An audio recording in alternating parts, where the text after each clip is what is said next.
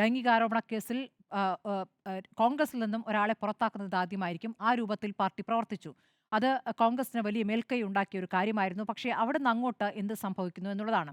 രാഹുൽ മാങ്കൂട്ടം എങ്ങനെയാണ് കോൺഗ്രസിൽ ഒരു പ്രധാനപ്പെട്ട തലത്തിലേക്ക് ഉയർന്നു വന്നത്? ആ വന്ന രീതിയും ആ പ്രവണതയും അതിന്റെ ഒരു തുടർച്ച ഇപ്പോഴും ഉണ്ടാകുന്നു എന്ന് ആശങ്കപ്പെടുന്ന രൂപത്തിലാണ് ഇന്ന് രാഹുൽ മാങ്കൂട്ടത്തിൽ പാലക്കാട്ട് എത്തിയത്.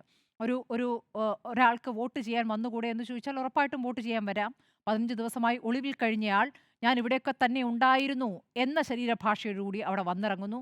അപ്പോൾ പാർട്ടിക്ക് ഒരു കാര്യവുമില്ലാത്ത, പാർട്ടിയിൽ നിന്ന് പുറത്താക്കപ്പെട്ട വെറും എം.എൽ.എ മാത്രമായ രാഹുൽ മാങ്കൂട്ടത്തിന് ബൊക്കെ നൽകാനും പൂമാലയിടാനും സ്വീകരിക്കാനും കൂടെ കൊണ്ട് നടക്കാനും ചായ കുടിക്കാനും കൂടെ ഇരിക്കാനും ഒക്കെ ഉണ്ടായിരുന്നത് പാർട്ടിയുടെ നേതാക്കളാണ്. കെ.എസ്.യുവിന്റെ ആൾക്കാരുമാണ്, യൂത്ത് കോൺഗ്രസ് നേതാക്കളുമാണ്. ഇതിലൊക്കെ തന്നെ പാർട്ടി വിശദീകരണം ചോദിക്കുമോ? അങ്ങനെ വിശദീകരണം ചോദിക്കേണ്ട പാർട്ടി സംസ്ഥാന അധ്യക്ഷൻ ഇന്ന് എന്താണ് പറഞ്ഞത്? അദ്ദേഹം ഒരു ക്രിമിനൽ വക്കീലാണ്.